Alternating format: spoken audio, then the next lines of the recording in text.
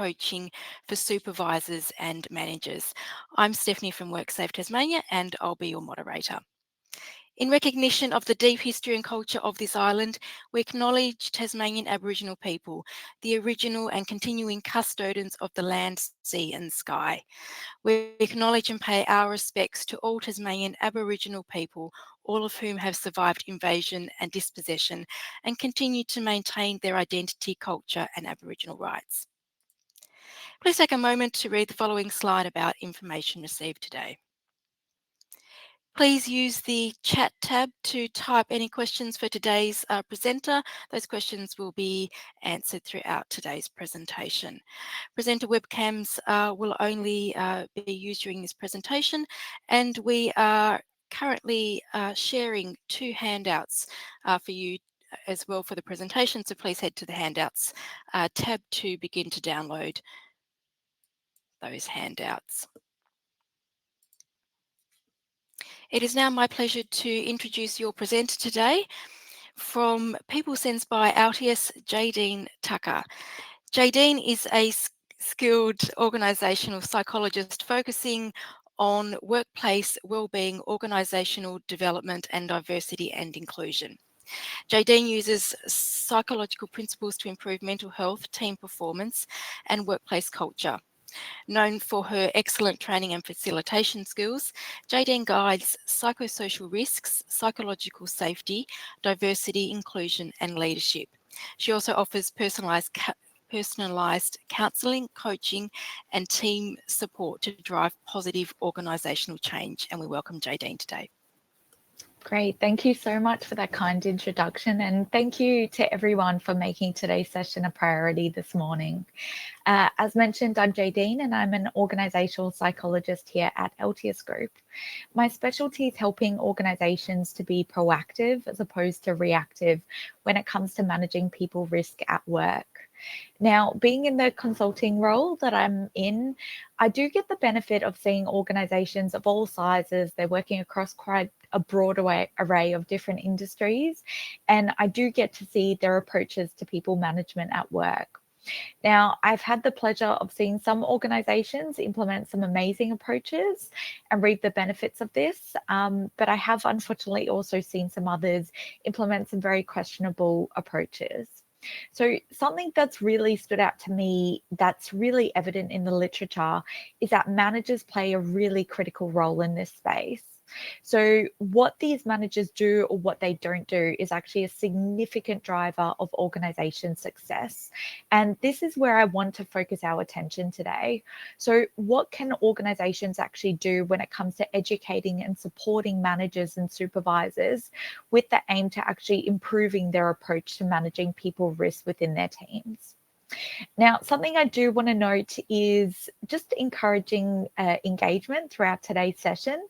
One of the things I love the most about sessions such as today is just being able to enable for people to reflect on their own experiences, maybe share their own experiences, what's worked for you, what hasn't worked for you, and also just using today as an opportunity to draw on some of my expertise if I can share that.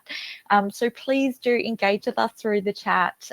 Let us know your thoughts if there's content that really resonates or if there's something that's leaving you with a burning question. Please do engage with us. Now, before I delve into today's content, I do just want to take a moment to tell you a little bit about the Altius Group, who's the organisation that I'm representing here today. Now, Altius Group is Australia's leading integrated workplace health and wellbeing organisation. We have a team over more than 700 people, and it tends to climb when I run these sessions. I can never quite keep track. And we actually work across over 60 locations throughout Australia. Now, our organisation is dedicated to elevating the wellbeing of Australian people, workplaces and communities, and we have been going since 2001. Now, we do specialise in evidence-based therapies, and that evidence focus will definitely come out as we go through some of today, and I shed light on some of the research that's actually backing some of the recommendations that I'm sharing. We do have some of the brightest talent. We do have enhanced digital technology, and we really just set out to support people and organisations to restore not only their mental health, but their physical health as well. So in terms of the different services that Altius Group does offer, there are actually many brands that sit under the Altius Group umbrella that you might be familiar with. So these specialize in domains such as occupational rehab, psychological support services, medical examination, occupational health, and also employment services as well. So these can be broken down into 4 domains. The first is our people and employee services. So this is more about the physical and the emotional well-being of individuals. We've then got our workplace services, which is more around promoting safe and healthy work environments. We have our disability services, which is about supporting people with a disability. And then also our medical specialists, which is more about unique medical condition management and supports. So you will see that we do have 2 downloads for today. The one is a takeaway resource, which really captures and summarizes some of the key information that we cover here today. But the other resource is some information on our workplace services. So that's specifically the subsidiary that I work under. And it's more information about some of what we can do to support your organization in that domain. Okay, so now that you've taken the time to get to know a little bit about me and where I come from, I want to take a moment to talk about where we're actually going on our journey here today. So I have set out today with some quite ambitious objectives to make sure that we're actually getting some really great value out of our time together.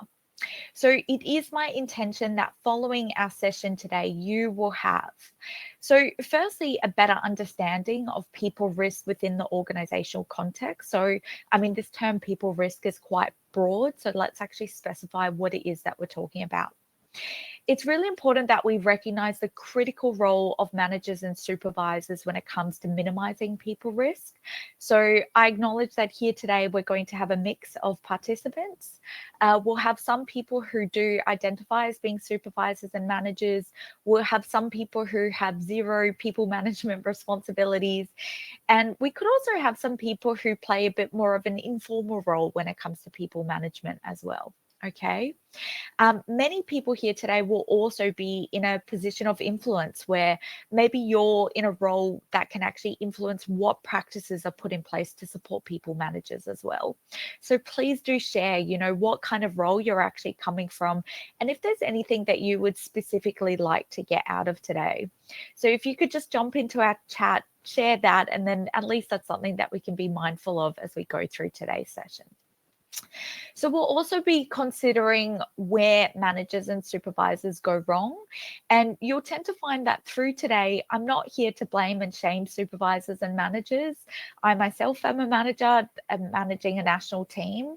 So I think it's more about acknowledging some of the challenges that we face in these roles and some of the barriers we might face when it comes to managing these people risks. We'll also be looking at the different levels of support and where we can focus our attention. And finally, looking at some really practical and tangible tools that can help managers and supervisors both mitigate and manage these people risks. Okay. So before we talk about some of the mechanisms that we can do to actually support people in this domain, let's actually have a look what this term people risk is actually talking about. So people risk refers to any problem that can occur due to the behavior, the actions, or the decisions within an individual within a company, okay? So these risks can include quite a broad array of things, and obviously as a psychologist today, my focus is going to be more so on those health and safety risks. But I did just want to acknowledge that people risk can be much broader as we go through. Now, many of the principles that we talk about today will actually be applicable not only to health and safety risks, but also to these broader risks. Okay, so people risk might include things such as health and safety risks, which is more about mental health issues, maybe workforce exhaustion, chronic and communicable illness, and also work-related injuries. We've also got different talent practices. So this is more about challenges like attracting or retaining talent, misconduct, succession risks, the changing nature of work, and also travel risks. We've also got accelerated digitalization. So this is something that we're definitely seeing as a key focus within organizations. So this is really where we can see misalignment maybe between human resources and business strategies. Sometimes there can be skill gaps or cybersecurity threats, things like data privacy, and also outdated human resource technologies. There's also the environmental and social risk. So that's more around diversity and inclusion, different environmental factors, labor relations, social unrest, and personal life events as well. And then finally, we've got our governance and financial risk. So this is more about things like costs, pension risks, administrative errors, legal compliance, and poor benefit decision making. Okay, so you can see here that we've got quite a long list of potential people risks that take place within the organizational context.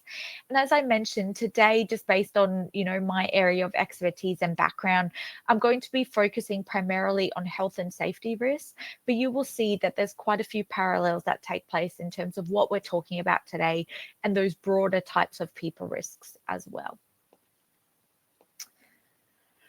Okay, so we do know that supervisors and managers play a really crucial role when it comes to managing people risks, as they're often the first point of contact and the main source of support for staff. Now, these people are often responsible for enforcing safety policies and procedures, and they're often responsible for training staff to ensure that they actually have the right skills and the understanding to perform tasks safely. They're also responsible for monitoring and identifying risks as well. Now, supervisors and managers are often the first point of contact if someone needs support. And we know that supervisors and managers can also potentially increase people risk. So if they're ill-equipped to manage employees, maybe they're unable to manage physical or mental health issues, or if they actually tolerate staff that are performing below standards, we know that supervisors and managers play a really key role in this space. Now, I just want to pause for a moment, and if people could just share in the chat whether you identify as a supervisor, as a manager, as an informal supervisor or manager, or if you're someone who actually just plays a key role, maybe enforcing policies that implement supervisors or managers. So I think it would be really helpful if we just get to know who's actually here in today's session, just so that we can be mindful of tailoring today's content. Steph, I might just jump to you for a moment. What do you notice is some of the theme that's coming out through the chat? So there's quite a few managers coming through, company directors. Yeah, manager seems to be quite heavy. Amazing. Thank you so much. So look, that's really helpful for me to contextualize who we're going through with today.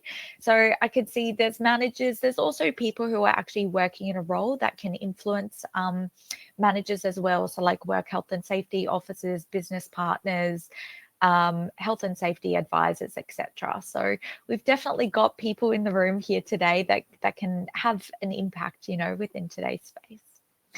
Okay, so why are supervisors and managers so special?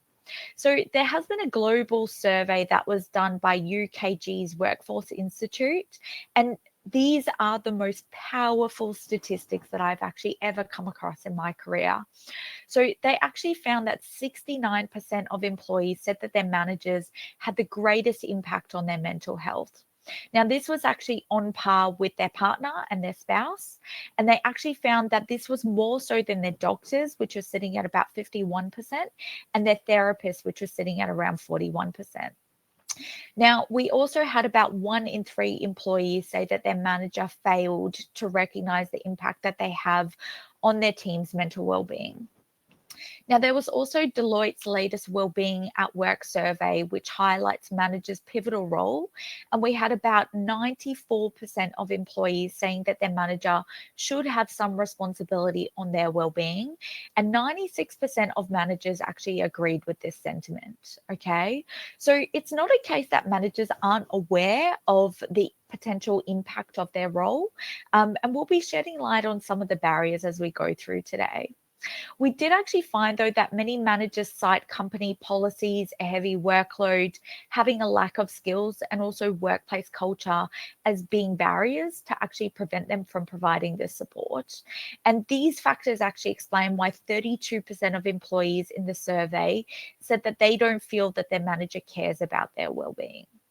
So I just want to pause for a moment and just to encourage for everyone on the line here to actually think about their teams.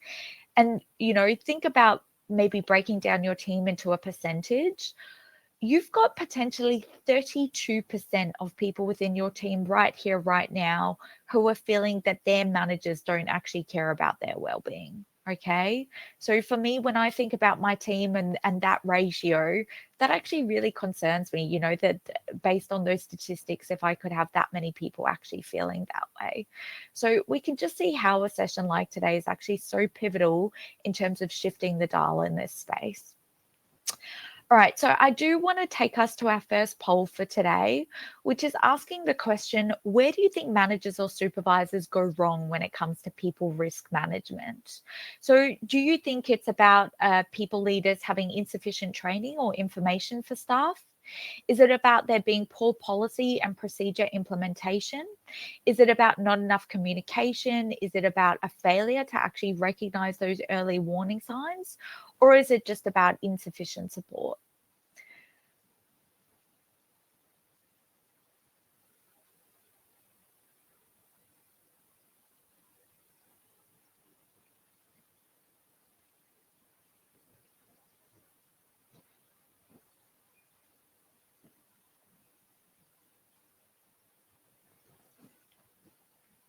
So I'm just going to give it a few moments to see, I guess, where those trends stop going. Steph, what are you noticing in the poll there in terms of, I guess, which responses, I guess, are more popular versus less? I think the insufficient training or information for staff and not enough communication are both coming up quite high.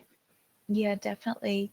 And it looks like the failure to recognize early warning signs, that one, it really isn't a focus, which to me indicates that it's not the case that managers don't identify the warning signs, but maybe it's more so that they just don't feel that they've actually got the training or the information that they need, or maybe not having opportunities to communicate with staff in order to address those issues. Great, thank you. Okay, so this actually takes me to where do supervisors and managers go wrong?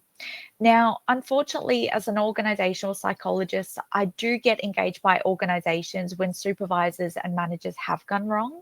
And a lot of sessions like today is actually helping to promote awareness around how organizations can prevent actually getting to that place. Now, I guess in terms of examples of where we're talking about when we're talking about gone wrong, I mean, situations where we tend to get engaged is firstly if there's an employee that has developed a really chronic mental health condition, sometimes even to the point where, they're on workers' compensation or engaged a program such as that because they're so unwell that they actually can't attend work.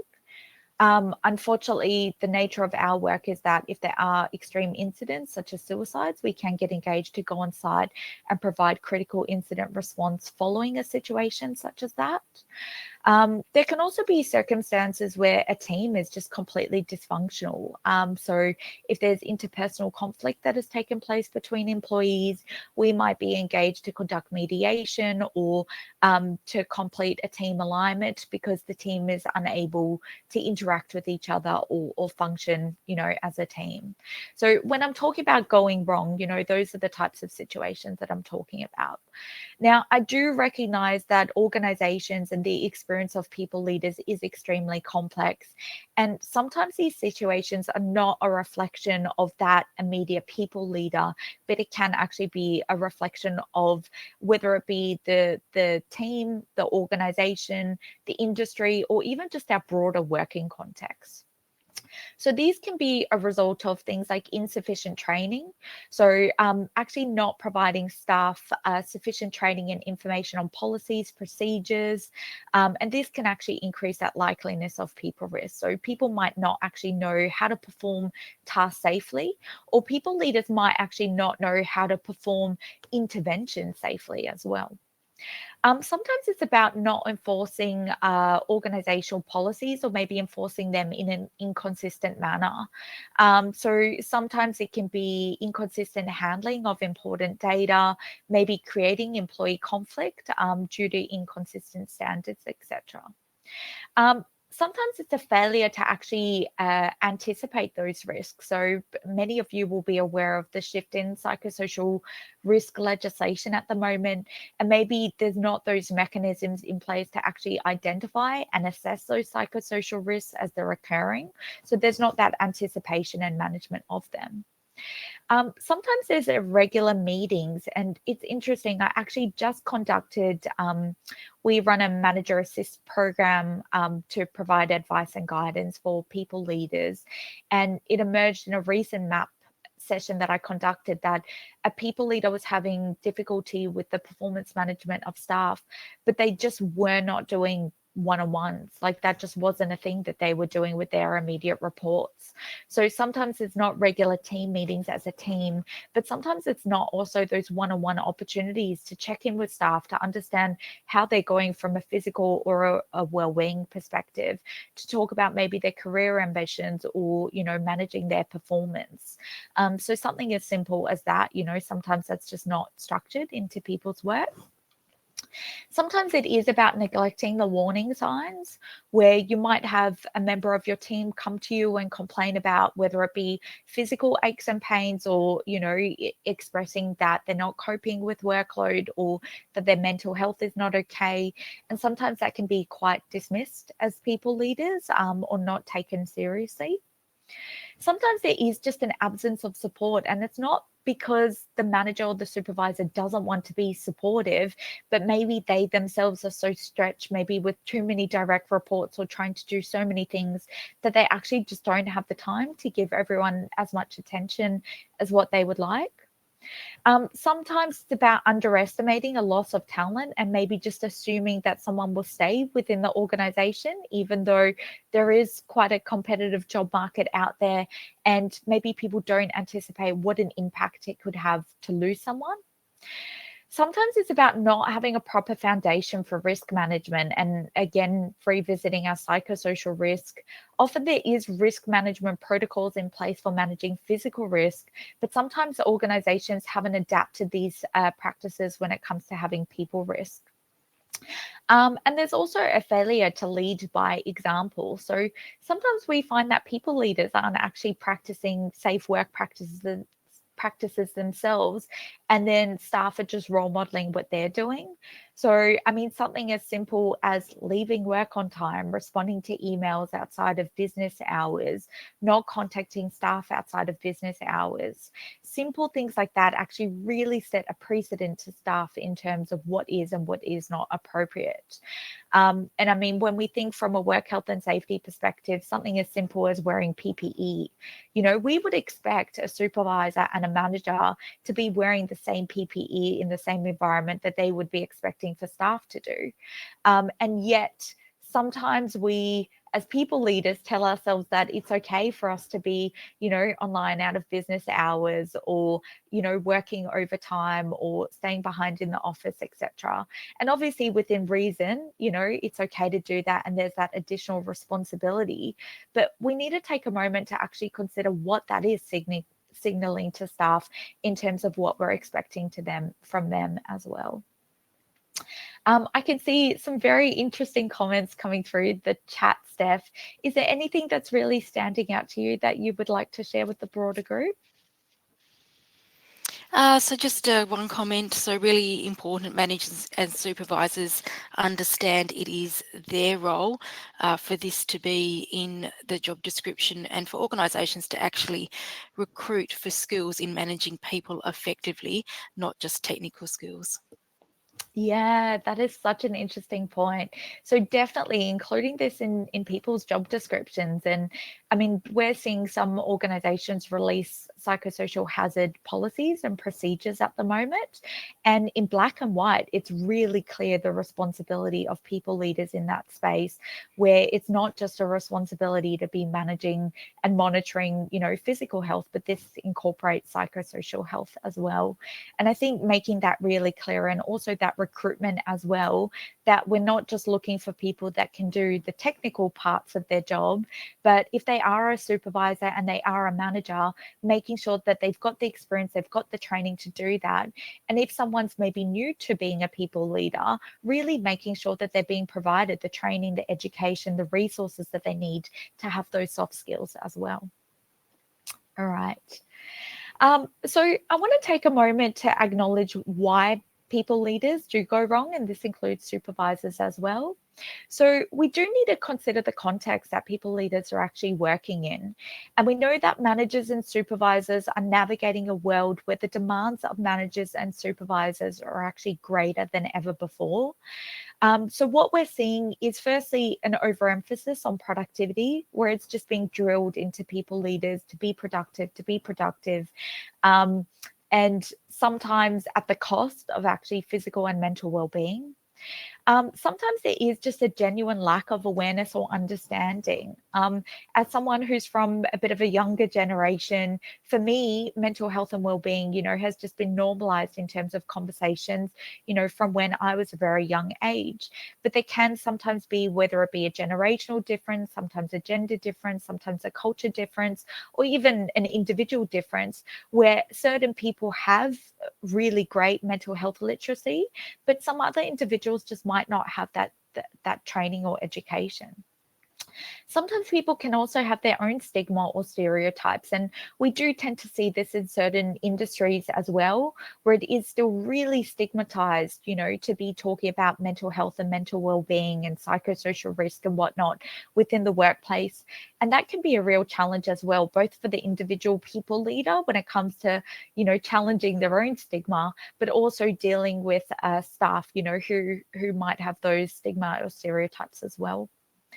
Sometimes staff can have insufficient role models themselves. And I know that as a psychologist, my people leaders have always or usually been psychologists as well. So, I've had some brilliant role models in this space, but I do acknowledge that not everyone has had that luxury, and it hasn't been role modeled to them to have someone just check in on their well-being as a normalized, meeting item in their regular one-on-ones.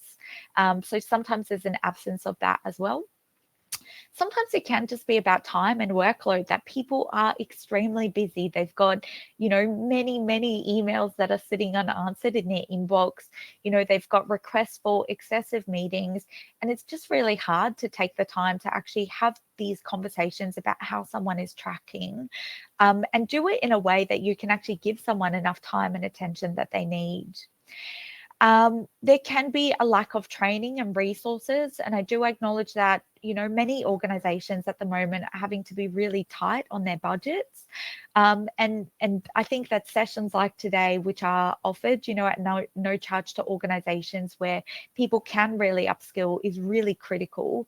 But it's also about organizations going out of their way to look at, okay, well, what is a cost-effective way that we can actually train our people leaders? And sometimes it's also just about an absence of skills that, some people may have never had the opportunity to develop these skills, but sometimes people may have never had the opportunity to actually try and develop these skills as well. I could see a great comment through the chat, which is that productivity is definitely pushed over safety and mental health, and this needs to change. That's definitely a challenge that we're hearing from different people who are working in, work health and safety, HR business partners, people in culture, etc., that they themselves can see that this needs to be a priority. But unfortunately, when approaching their people leaders, their board, from their perspective, it's not something that's being prioritized. And I think this is really where the legislation, and what we're seeing from a regulator perspective as well, is something that can really be used to, push this as a priority across the board. Please keep sharing your thoughts through the chat. I'm absolutely loving seeing different people's thoughts, and what's resonating as we're going through this.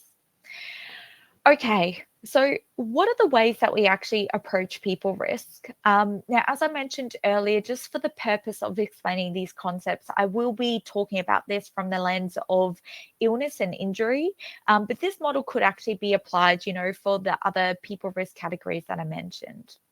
So, the different ways that we can approach this is firstly, we've got primary intervention. So, this is a really proactive way to approach risk, and it involves preventing the injury or the illness before it occurs.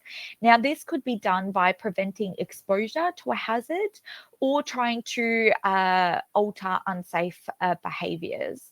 Now, this is the most effective way to lower incidence.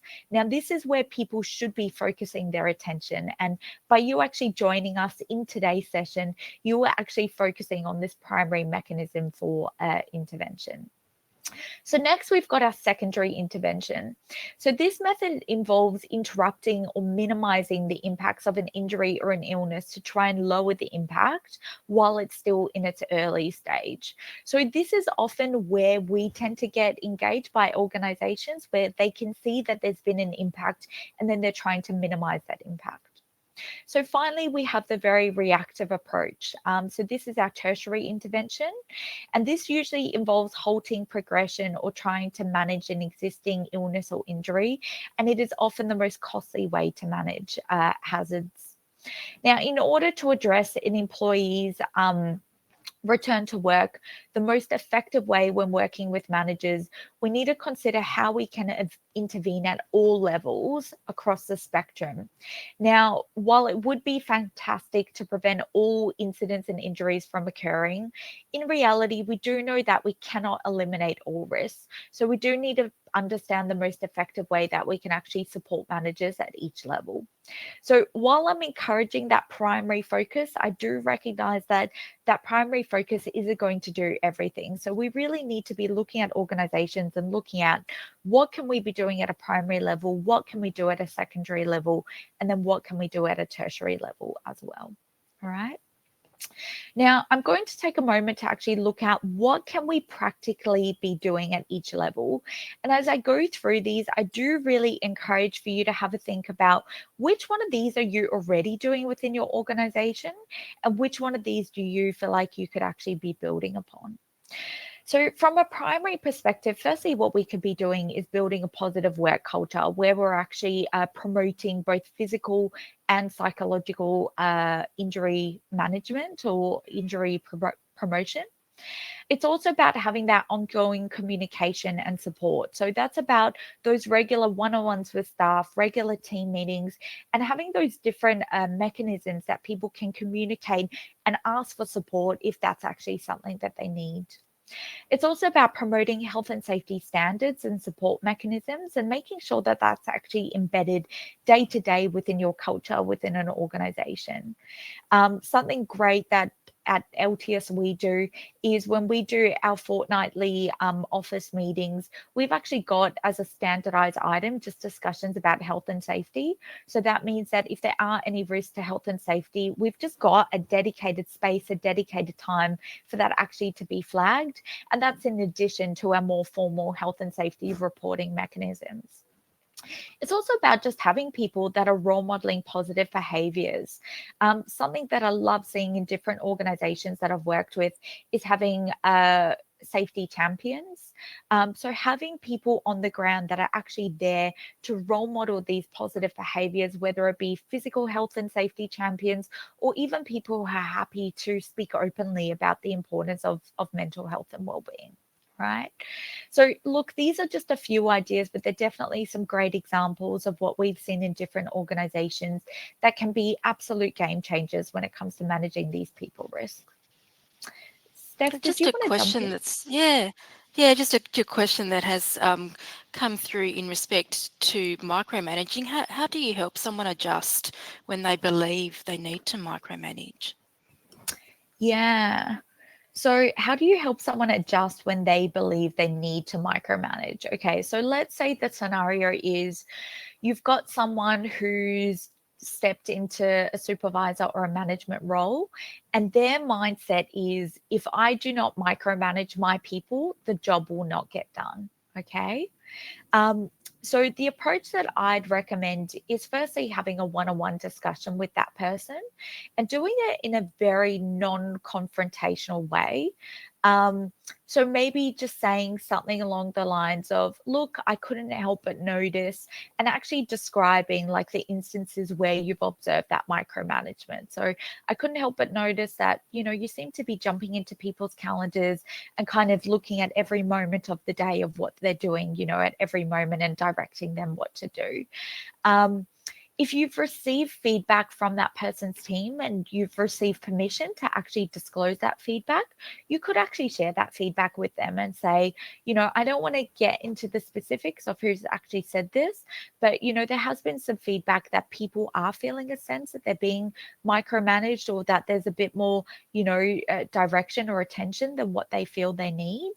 And then it's about asking questions to that person and actually asking them about what's their perception of this, what's given them this impression that they need to do that. And maybe it's then about asking them the question of, well, have you considered that you might not actually need to do that, or that staff might actually prefer to have a bit more autonomy, with this? So I'd recommend being very gentle with your approach, but also not skirting around, and actually letting them know that you've observed that behavior, trying to understand why they're doing it, and trying to build their awareness that there's actually a different way to go about it. All right. I hope that helps. But if not, feel free to shed light on that through the chat. So just coming back to what we should be doing at each level. So we've got our primary intervention approach. We've then got our secondary, and I actually think that that example is probably a bit of a secondary example where maybe you've noticed some of the early warning signs in staff of, staff are really struggling with this micromanager, and then you're looking at what you can do about it. So firstly, it's about taking early warning signs seriously. And unfortunately, this is a trend that we tend to see with people leaders, that in hindsight, they can actually go back when someone's hit a point of a severe injury, and they can actually go back and identify those early warning signs and actually see how they didn't respond as effectively as they could. So when we talk about early warning signs, the key early warning sign is someone acting out of character. So think about yourself in terms of, well, how does this person typically act when they're in a positive or a good mental health state? And what is different? What are some of the things that they're doing out of character? It's then about doing your absolute best to linking employees in with support. And the way that you would go about that is actually pretty similar to that example that we gave before. Have a one-on-one discussion with the person. Start by noticing what you've observed. Ask them questions about what is actually going on for them. And then it's about letting them know that there's actually support available for them. So, I couldn't help but notice that you've seemed just a little bit, different lately. And you can then even describe the behaviors that you've observed. So, you just don't seem to be as interested or as passionate about your work. And I know you're someone who's really interested and passionate. Is everything okay? What's going on for you at the moment? Is there anything that I can be doing to better support you? Now, sometimes we can find that people leaders are a bit reluctant if they've got an employee assistance program to actually direct someone towards that. I think it's about acknowledging the limitations of your role as a people leader and letting them know, I'm not directing you to the EAP because I don't want to support you, but I'm not a psychologist. I wish I could help you, but it's really important to me that you're actually getting the professional support that you need. So I'm here to support you in the work-related stuff as much as I can, but I would really love to know that you're actually getting that professional support as well. As a people leader, depending on who your EAP program provider is, you could actually offer to help that person to make that appointment. And that's certainly something that at PeopleSense, we do welcome. So if someone calls up and says, hey, I'd like to support someone to book in an appointment, we understand that can be a really big hurdle for someone to overcome. And we're really open, given that person's consent to do so. Sometimes it's about making reasonable adjustments and actually acknowledging that that person is going through some difficulty, and that short term they do need some reasonable adjustments to just help them continue to attend work and continue to do their job, but while they actually get back to a healthy state. perfect example I can give you of a really simple and effective, reasonable adjustment is there was an employee that we were working with who was struggling with some trauma. And for them themselves, they actually found that people walking behind them was quite triggering. So we actually helped. One of the reasonable adjustments that we implemented was just shifting their position in the workplace to a spot where they didn't constantly have people walking behind them. This was a game changer for them. It just meant that they could focus on their work and not have a trauma response every time someone was behind them, within the workplace. And you could see just how effective something so simple could be, but it's based on a people leader actually having that conversation with them, in order to do that. It's also about investigating incidents in a timely manner as well. So if there are things that are reported, do it as soon as possible and make sure you're getting to the bottom of what's occurred so that you can put effective controls in place. Finally, we've got our tertiary intervention. So this is about communicating openly with employees, being really actively involved in the return to work process. Sometimes supervisors and managers believe that, return to work is just for return to work coordinators or, people in culture or HR or whoever's involved. But all of the research shows that having a supervisor or a manager actively involved in the process get someone back to work so much quicker than if they weren't involved. It's also about modifying job tasks to accommodate a return to work and also monitoring and just providing that person ongoing support. Steph, I can see we've had another interesting question come through. What is this question? Yeah, so this is around vulnerability, Jaydene. So do you have any thoughts on strategies to break down the individual's vulnerability without overstepping boundaries to effectively understand what drives their patterns of behaviour and further their wants or readiness to change? Yeah, this is again a brilliant question, and I feel like the person who asked this might be a fellow psychologist or maybe working in a similar role. So sometimes people who we approach to have these conversations might just not be ready to talk, and it's really hard to get that person to feel like it's safe to be vulnerable and actually disclose what's going on for them. So I think this question is really about how can we try and break down some of those walls for people. My biggest recommendation is that it's not going to be an overnight thing. And I think it's just about starting small and not pressuring that person, not forcing the person, but just sowing some little seeds in that person's mind that you're open for the conversation, you're happy to talk to them if or when they're ready. And sometimes even us just portraying our own vulnerability can really let the person know that this is a safe space. Obviously, that's based on your own comfort levels. You'll tend to find if you've been a part of any of my sessions that I'm a pretty open book, but I tend to find that when we can be open ourselves, it gives other people permission to do the same as well. All right, I'm going to jump into our next poll, and I can see there's another interesting question that's come through, which I'll come to in a bit. So our next poll is, what level of intervention do you think that supervisors and managers focus on? So do you feel like they pay attention to primary, secondary, or tertiary interventions?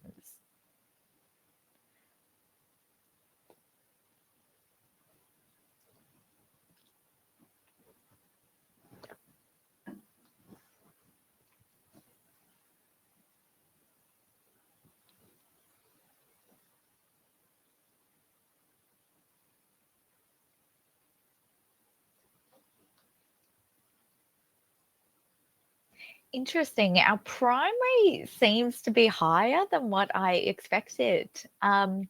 So from my experience, and maybe this is just based on the nature of my work, we tend to find organizations that are focusing significantly on both secondary and tertiary interventions. And often when we go in, we won't find as much investment in primary interventions that could have, I guess, prevented these incidents in the first place. And I wonder if maybe there's a bit of a bias that people joining us here today are maybe the types of people working in organizations who are actually making primary a focus, as opposed to the organizations who tend to focus on the second two. Maybe they're just not here, within today's session. So yeah, I wonder if maybe that's a bit of a theme. Steph, is it okay if we come to our the more recent kind of lengthy question that's come through? Absolutely.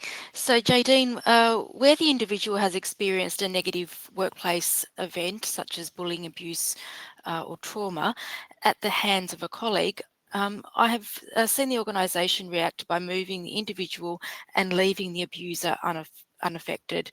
The difficulty there is potential impact on the victim's career. Do you have any advice for a better way to handle that? Yeah, absolutely.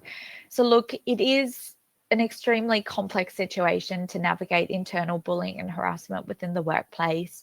And from what I've observed, there are impacts that might be invisible for both the perpetrator and I guess the victim, if we want to use that terminology, I guess to all individuals involved. And often, I guess, what takes place is, confidential, whether it be, mechanisms put in place in response to allegations that have been made. It can be quite traumatic for everyone involved. I do understand what you're saying in terms of if you're shifting someone, who's been on the receiving end of that behavior, that can have ramifications to their own career. I wish I could tell you there's a one size fits all approach when it comes to navigating these situations. But my best advice would be that it's through consultation with those workers and consulting with them to work out. We understand that this has occurred and we're so sorry that it has. We understand that you don't feel safe to be working in the same environment as these individuals anymore. And it's really about working with all parties involved to work out what's going to be the best outcome for them. The scenario that you've described, I can see, what a negative impact that can have. But unfortunately, without being involved in this specific situation, I can't comment on whether that's something that the individual actually wanted, that maybe they just wanted to get away from that working environment completely, or whether there's some other factors. But I think just generally when it comes to navigating those situations, I think that organizations still have a very long way to go when it comes to improving our response to it. Okay, so I do actually want to jump to a case study now, which actually sheds light on some of these very complex organizational scenarios. Now, this was actually based on a situation that I was involved in. So we had a group of workers who had been experiencing interpersonal conflict between 3 supervisors. Now, one of the supervisors had actually been off work for a psychological claim, and they had just returned after several months. Okay, so we had our 3 supervisors, and there was interpersonal conflict between 3 of them. One of them had just been off work on a psychological claim, and they were then returning back to work. Now, the supervisors had all reported poor mental health as a result of the conflict, and they refused to attend team meetings and only communicate via emails or text when they had to. And everyone just felt like they were walking on eggshells, not only the supervisors, but also the staff that were working below them as well. And the team was just not functioning effectively, as you can imagine, with 3 supervisors who were very unable to communicate or attend team meetings collectively. Now, in terms of the approach that we actually used for this team, we did something called a team alignment. So we actually conducted interviews with every single member of the team, not only the supervisors, but also all team members, to try and identify what was actually taking place in the team and to recommend ways to move forward. Now, we did something super nerdy called a thematic analysis, where we actually look at all of the key themes and trends taking place. And we identified 4 key themes. The first was around team communication, where we found that the team just wasn't communicating effectively. We found that there was interpersonal conflict that was unresolved within the team. So we found that the team didn't actually have mechanisms to try and resolve conflict when it was taking place. We found that there was team division and a lack of unity within the team. So the team didn't have a collective sense of purpose, a shared mission. They were unaware of the goals that they were working towards. And we also found that there was organizational change taking place within the team that had led to that sense of team division. And there was a complete lack of leadership. Now, we actually found that these 3 supervisors were all reporting into a specific team manager. And we found that this team manager, there were consistent themes that this particular team manager was just ill-equipped in being able to manage this interpersonal conflict and these broader team issues in an effective manner. So team issues had been left to fester, and this was actually the underlying driver of the issues within the team. It was actually the team's manager. Now, I'm not excusing the responsibility of those individual, supervisors for what had taken place in their own behavior, but we found that there was just insufficient leadership within the team that was able to address this within the team. Okay. So we actually went in as an external provider and provided this team an array of recommendations. One of the key ones being some really extensive coaching for this team's manager to actually upskill them in being able to address this. What we did actually find was that this team's manager had very little training and coaching in order for them to be an effective team manager. So we can see why they didn't actually have the skills to be able to manage a situation so complex, because they hadn't been provided, training and education themselves on this. So I would like to now jump to how we can actually upskill managers and supervisors. Now, there's two domains that we often look at, and this includes both training and coaching. Now, as you can see here, there's a series of pros and cons associated with both approaches. Obviously, training we can do in a group setting. It's more focused on a knowledge transfer. Often it's more short-term learning. The content is quite structured. It is done in more of a dictation take mode. The relationship is more so teacher-student. It's more focused on proficiency in terms of how we're assessing it, and the outcome is really through knowledge and skills. Now, this is quite different to coaching, which is usually done through a one-on-one mechanism. The focus is more so on someone's development. It's usually done over a longer period of time, and it's more individualized guidance. The methodology that we use is more so questioning and reflection. It is done through a collaborative partnership through the coach. It's done through continuous feedback, and the outcome that we're actually looking for is behavioral change. So this actually leads me to, well, what does the research actually say is best? Now, the research actually says that training managers in workplace health is effective, but training is actually most effective when it's including, so firstly, mixed delivery methods, having multiple sessions that's actually spread over a longer period of time, including mechanisms for feedback. So things like 360 assessments, maybe personality profiling, maybe engaging people leaders or direct reports, on feedback, and focusing on both soft skills, but also hard skills. Now, that aside, we do actually know that coaching has the strongest impact on middle level managers compared to executive managers. So we know that organizations investing in coaching for middle level managers is actually going to have greater outcomes than for executive managers. And that's because we tend to find that executive managers have actually developed a lot of these skills over the course of their careers already. So actually getting in early and coaching our middle managers can have, the best bang for your buck, I guess.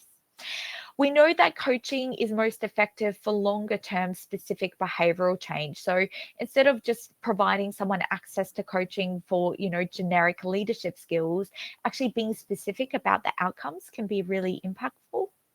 And also, we know that combining coaching and training can actually have greater outcomes than training alone. So when we are doing managerial and leadership programs, our recommendation is actually to incorporate coaching as a part of that. So I know that many of you will struggle to, justify this return on investment. And I do just want to show you, how this can be justified for an organization. So as you can see here, let's say we've got organizational A. So they've got a manager with an employee with mental health concerns. They choose to not invest in their manager's development. There's no proactivity in them checking in and supporting the employee. And this results in a workers' compensation claim of, on average, 17 weeks of lost time and about $27,000 for the claim. Okay. And that's based on our industry averages. We've then got organization B. So they've got a manager with the same concerns. They invest $10,000 into that manager development program. And that might not only be for this individual manager, that might actually be for some other managers as well. This leads to the manager proactively checking in and supporting the employee. And instead, this could lead to either no injury claim or even just a week of lost time and no claim at all. Okay, so you can see here that how the $10,000 investment into a manager development program is still significantly less than the $27,000 for a claim. Okay. So this actually leaves us with a call to action. I know that we've got some very important people who have joined us here live today and people who are listening to the recording of today's session. You are all in a position of power to actually create change. So based on what we've discussed today, I do just encourage you to take a moment, share with us through the chat just one thing that you plan to implement as a result of today's training. As I said at the start of today's session, supervisors, managers, and people who have influence on supervisors and managers are in particularly special roles and can have a really significant impact in this space. So I really do encourage you to absorb some of what we've covered here today and to really implement some of these mechanisms in action. So just to shed light on what we have covered, hopefully you have a better understanding of people risks within the organizational context. You understand the critical role of managers and supervisors for managing this risk. You're aware of where managers and supervisors go wrong and why. You understand those different levels of support and the necessity to really be focusing on those primary levels of support in order to be more preventative in nature. And you're aware of some different tools to actually help managers and supervisors to mitigate and manage people risk. So this does leave us to the end of today's session. As you can tell, I'm extremely passionate about the work that I do. If you'd like to know more about how we can support you, please do get in touch with us at Altius Group. We provide many training sessions, we provide coaching, we can do customized leadership development programs and whatnot. So if you come to us with an issue, we're more than happy to look at an evidence-based solution for you. So if you just scan the QR code, let us know that you reached us through today's session, and I'm happy to connect with you directly. Steph, with that in mind, I might hand over to you. Yes, no, thank you, Jaydene, for your presentation today. I'll just end off with a few additional comments that have come through, which you may wish to respond to. So one comment is around once the bullying, the bullied individual is moved to another area within the organisation, it further empowers the perpetrator and puts more people in harm's way, and it also gives power to the bullier, and they are seen to be elevated in the organisation. Yeah, I completely understand that perspective, and as I mentioned before, I think it's an extremely difficult situation, and I think that it needs to be managed just based on the unique circumstances of the individuals involved and, you know, the organizational context that they're working in. And then just a comment around leadership must be ethically and consistently led by example by actively implementing and maintaining a positive HSE and all-inclusive workplace culture via a top-down approach to increase workplace satisfaction and enjoyment. Yeah, I couldn't agree more. I think that many people on the line here today would definitely share that sentiment.